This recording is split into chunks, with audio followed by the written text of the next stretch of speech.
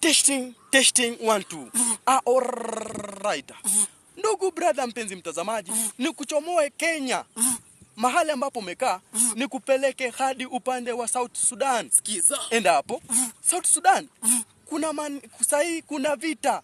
Vita zimechacha. Makosa. Watu wanauliwa, Why? watu wanateseka, wamama wanatekwa nyara, watoto hawaendi mashuleni kwa sababu kuna vita. Embassy ya South Sudan iliomba usaidizi upande wa Kenya. Ambapo wanaamini Kenya kuna mama senari, mavemoda, mazombi, mavinyamu. Ndipo rais wa Kenya akaonea South Sudan huruma kwa sababu ni nchi changa zaidi. Ni nchi ambayo iko chini kabisa. Ni nchi kama kaunti ya Kakamega, ni nchi kama kaunti ya Nairobi. Sikiza. Rais aliamua kutoa masenari moja kwa jina la Baba aka Tinga Makosa. aka Raila mwenyewe.